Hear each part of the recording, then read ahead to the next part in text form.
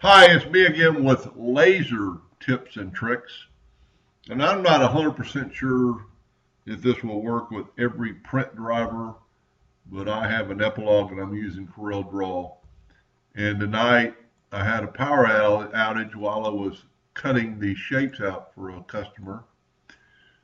And it wouldn't really never ever be a problem with the exception I use a nesting program to get me more items on the sheet. So I've got guidelines of how big my plywood is, and the nesting program helps me a lot with saving material, but it also takes more time to run the job. And so I thought I'd just show you a scenario if you had a power outage, and this would work whether you just duplicate them yourself or not. But we're going to go to Windows and open up the Dockers and go to Object Manager. And like I said, I'm not 100% sure all print drivers work like this, but in Epilogue and in CorelDRAW, that item at the very bottom is going to be the first one it cuts.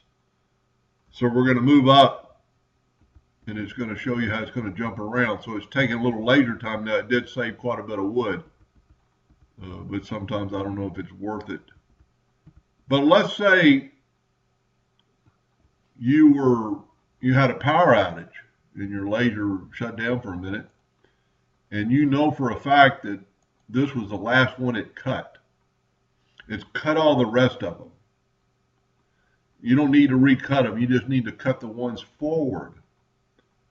So you could hold down that button and hold down the shift button and select that bottom item and hit delete, and it will delete all the ones it's already cut, because the next one up would be that one, and then you could go uphill.